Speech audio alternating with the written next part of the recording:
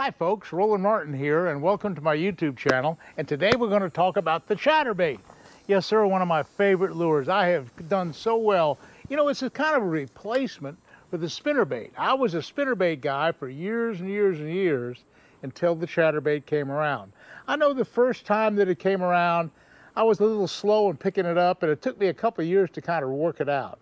But since I've now fished with Brett Hite, the #1 guy that's created the Jackhammer series, and I've fished with some of the guys like Ish Monroe and the other great chatterbait fishermen in the country, and I've learned a little bit about chatterbait fishing. My son Scott helped me a lot too. I catch a lot of fish on Lake Okeechobee. I catch a lot of fish on Headwaters Lake. I catch them all over at Kenansville. I catch them all over Florida. But it's also a lure that I've used all over the country for tournament success. Let's get started. Listen, first of all, I'm going to take you back to the canal. And my canal is not a lot of fish, but I'll show you the right chatterbaits. There's 4 or 5 different models, and there's 4 or 5 different styles and weights and stuff like that. I'll explain that. Secondly, I'll show you the rods and reels and line to use. That's so important. Lines and rod combinations to say Brett Hite, the #1 guy for chatterbait fishing, what he recommends. And then we'll talk about retrieves, we'll talk about techniques, we'll talk about where to find the fish. So let's get started. You know, what makes this e-bike a great little fishing machine is that it's pedal assist. And so in the Everglades and also the Picayune and all sorts of places on the levees around Florida, it's legal. It's a pedal assist system, can be used in a lot of places where you can't really drive or have any kind of other access to. And so this e-bike makes it a perfect combination. Okay, let me get a couple things out. Yeah, let me just show you what Brett Hite recommends. Brett Hite is the champion guy that came up with the Jackhammer series chatterbait that we're going to talk about today. And let me just show you what he recommends. This is the #1 guy in the country now that's won a couple big tournaments. He won a big tournament at Lake Okeechobee on the chatterbait. He won another big giant bass tournament on Lake Seminole, and the guy has really got it figured out. And so this is his compliment. What he likes is, first of all, in a rod, he likes like a medium action rod, like a 7-foot medium action rod. He likes fluorocarbon. He likes 17 to 20 pound fluorocarbon. Now this is Brett Hite now. And he likes a regular fast retrieve reel. Now for a lure in the heavy hydrilla, like at Lake Okeechobee, the 3/8 ounce is perfect. Sometimes the 1/2 ounce. At Lake Seminole, where he's kind of fishing the deeper trees and deeper drop-offs, he used the 1/2 ounce a lot. Okay, so one of Brett's favorite colors, of course, is this, I guess they call it the crawfish or the green pumpkin series. And what we recommend, or at least what Brett likes a whole lot, this is the Zako by Yamamoto. But there's a whole bunch of different swim baits, and I'm going to show you some of the complements that I use and what I recommend. But this is what Brett likes. This is his winning combination. He's won 3 or 4 big tournaments on that combination right there. 3/8 ounce green pumpkin with a Zako trailer. 17 pound test fluorocarbon. Okay, and what Brett's doing, for the most part, now there's very few fish here. I don't know that I'm going to catch a fish here. What Brett's doing is mainly just a slow retrieve. He's trying to make contact either with the bottom or with the sump or with the grass. And so this is a lure that you want to bump into stuff. And so this is what I'm going to do right now. I can't really do it because there's pretty deep water out here. But say it was shallow, say it was 3 or 4 or 5 feet of water, and he'd throw it out there, and he would let it sink a few feet, and then he'd get the rod in a strike position. See how I have it right now? And just kind of a medium retrieve, and he just kind of trying to tick the grass, trying to kind of feel for the hydrilla. At least that's his 2 big wins right now, were at Seminole and Okeechobee on the hydrilla. And he's just ticking the top of it. He's just kind of ticking it along, just letting it sink and touching it and lifting it up. And if you feel that you got grass, you can kind of give it a hard punch, and sometimes the grass comes off. But anyway, that's Brett's favorite deal.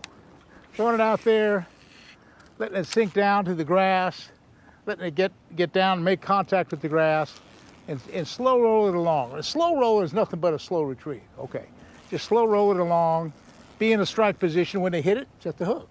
You know, you don't let them take it. You don't. It's like a spinnerbait. It's just a reaction strike. They hit it, you just come back on them, put pressure on. Now, why he likes fluorocarbon over braid is that the fish jump a lot. And one of the problems with braid, I like braid. I'm going to explain my combination in a minute. But the fluorocarbon is more stretchy. It sets the hook pretty good. And he keeps the rod low when he hooks the fish, and they don't jump off as much. Now, let me show you my combination, okay? I got a little bit different combination. Just a second. Now, this white chatterbait's just easier for you to see. And it's a little bit different. You know, I fish a lot of heavy hydrilla, and I notice right here in the canal there's some hydrilla, not many bass. But at headwaters, I have a lot of hydrilla. In fact, I'm going to show you some footage of me catching a bunch of bass on this very chatterbait. In fact, let's look at some of the footage that I've already shot on Headwaters Lake. That's good. Just a second. Oh, there, that's a big one. That's a big one. Is there a net anywhere? Yeah, that's a big one. I got a good one. I got a big fish. I got a big fish on the chatterbait. I got a big fish on the chatterbait. Oh, son. Wow, that's awesome.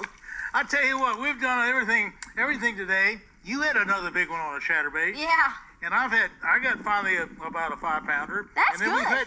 Okay, you can see from the Headwaters Lake, I'm fishing a lot of shallow hydrilla. Okay, and with this white one, that's a good combination over there too.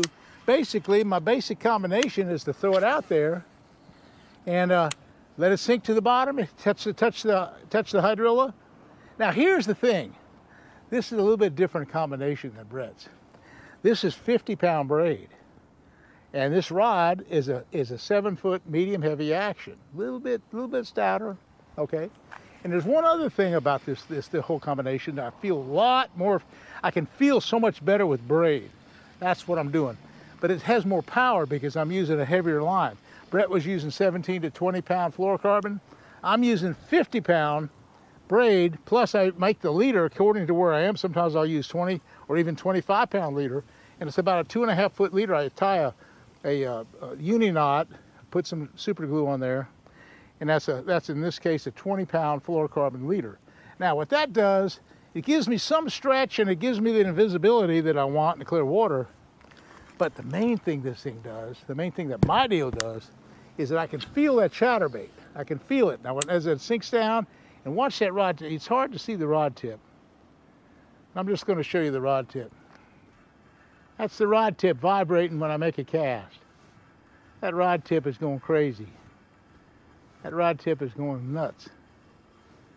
Now, here's another series that probably you don't really realize that's around. The Z-Man, in this case the Jackhammer series, makes 1.25 ounce chatterbait. 1.25 ounces. Now, I went down and I went down to Mexico with Brett Hite about a couple years ago, and we were down there with a whole bunch of his friends.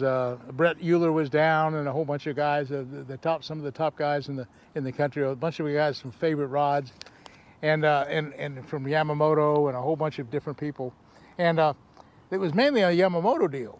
And we were taking Yamamoto trailers and putting on this 1.25 ounce chatterbait. So what we did, we went out to Lake Bacharach. Lake Bacharach's a big lake, and I've caught my biggest strings of bass ever. My biggest bass I've ever caught in my life about 15 or 20 years ago, some 14-pound bass. I caught on a spinnerbait there. But this last couple years ago, in Thanksgiving time, we went there and we were using, Brett was giving me a bunch of these 1.25 ounce chatterbaits. We took big creature baits and put on the back, like big crawl worms and big worms. We put great big 10-inch worms on this thing, and we took it down and we fished 40 feet of water. Believe it or not, I caught some 10-pound bass. And say, hey, watch this. I got some shots of some big old bass coming in on these big, heavy, deep chatterbaits in Lake Bacharach, Mexico. Sorry. Yeah. Fish. Yeah, it's tough, you know. Okay, Tom. I got a good one on. Yeah, good one. All right, the chatterbait. Yeah. Chatterbait fish. Yeah, not real big, but medium size. Not bad. Oh yeah. Good. He got that. Not real big, but hey, good fat bass. Look, he's been hooked before. Look at that. Oh. See? Yeah. And see where the catch and release is working because he'd been hooked right there before. Yeah, I've had a lot of success all over the country with these chatterbaits. And people might ask me, you know, what's the best time of year to use a chatterbait? Well, believe it or not, it's almost a year-round lure. We catch them really better kind of in the cool weather. But summertime, right now it's summertime. I go over to the headwaters, I go to Lake Okeechobee, I go to Lake Kissimmee right now, fish the edges of the hydrilla, let it sink down. In fact, what I'll do there is I'll see the edge of the hydrilla and I'll let it sink down, and then get to the bottom, and I'll work the edges of the cover, edges of the channels, edges of the deep water, and particularly the areas of hydrilla. But that's summertime. Well, hey, wintertime, what about wintertime? Actually, some of my best fish, some of my biggest fish, some of my best fish have been wintertime. Bass really are maybe the only lure that they'll bite. It's maybe a reaction bait. I don't know why they hit it. There's a lot of different reasons why bass bite in the first place.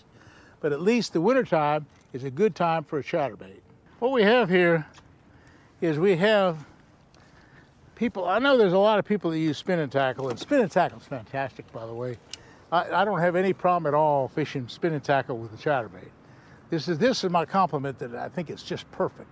This is just the best combination I got right here. And what it is a regular jackhammer series spinnerbait or chatterbait, and I got the gold blade. Here in Florida, they got the golden shiners, and so I like the gold blade a lot, and that's kind of a bluegill gold, and that's a different kind of trailer. That's not, but it's a boot tail. You notice that trailers, and I got a whole bunch of different types. 3 to 3.5, even 4-inch trailers are what we use. 3 to 4-inch swim bait trailers. Okay. Now you can use a bigger one, okay, and you can catch a bigger fish. Now this rod is set up with 50-pound test braid. This is a spinning rod. This is the old Salty series I like. It's kind of a medium action, and again, I like the braid. And this one, this particular rod, this is, believe it or not, doesn't even have a leader. It's just straight, right to the deal. So many people can't use casting tackle real well, so they choose a spinning rod. And this is this perfect complement. 50-pound test line. I can throw it a long ways. I got a nice size 5,000 series. It's kind of a saltwater reel. You could go a little smaller. And again, I just kind of hold it to my side, get in a strike position, and just slowly reel it. You notice there's a lot of current. There's been a lot of rain lately. And that's kind of what's going on right now. Not many bass here. I'm just kind of showing you that the retrieve that I use for the most part, a lot of times at headwaters, we just drift across the hydrilla flats. It's all 3 and 4 and 5 foot deep, 6 foot deep with the hydrilla, and we just make long casts like this. Just make a long cast, just as long as we can. Put the reel in gear, get it in a strike position, and just reel. Now, they're gonna hit this bait, and why I got 50-pound braid, the whole reason for braid in the first place, is the fact that I might get a 6 or 8 or 10-pound bass on this chatterbait, and it goes down to the hydrilla. It's 2 or 3 feet of hydrilla down there. It'll get hung up and wrapped up, and you'll lose the fish. So you got to have a good rod, and when you hit them, you really got to put the pressure on them. So that's the secret. That's my difference in the way Brett Hite was doing it with 17-pound fluorocarbon. He was fishing more open water. I'm fishing more hydrillid water and weeded water, and so I need the heavier tackle. Anyway, that's just a couple of the issues that we're dealing with the chatterbait. But what you're going to have to see, that a chatterbait is, number one, just great all-around lure for all seasons. It's great for a variety of tackle, and it's great for a variety of game fish. So if you want to really step your game up and learn how the pros do it, hey, try a chatterbait. Hey, I appreciate you watching this video, and thanks for watching. I tell you, O'Reilly's and all my people at Bass Pro Shop, they go crazy. One other thing that I might mention is that I use Spike It products a lot, and a lot of times I'll take that Spike It, the chartreuse dye, and I'll dip the tail in the chartreuse dye. That's another big addition that I use for that. But anyway, folks, thanks for watching. Hey, we'll see you again soon.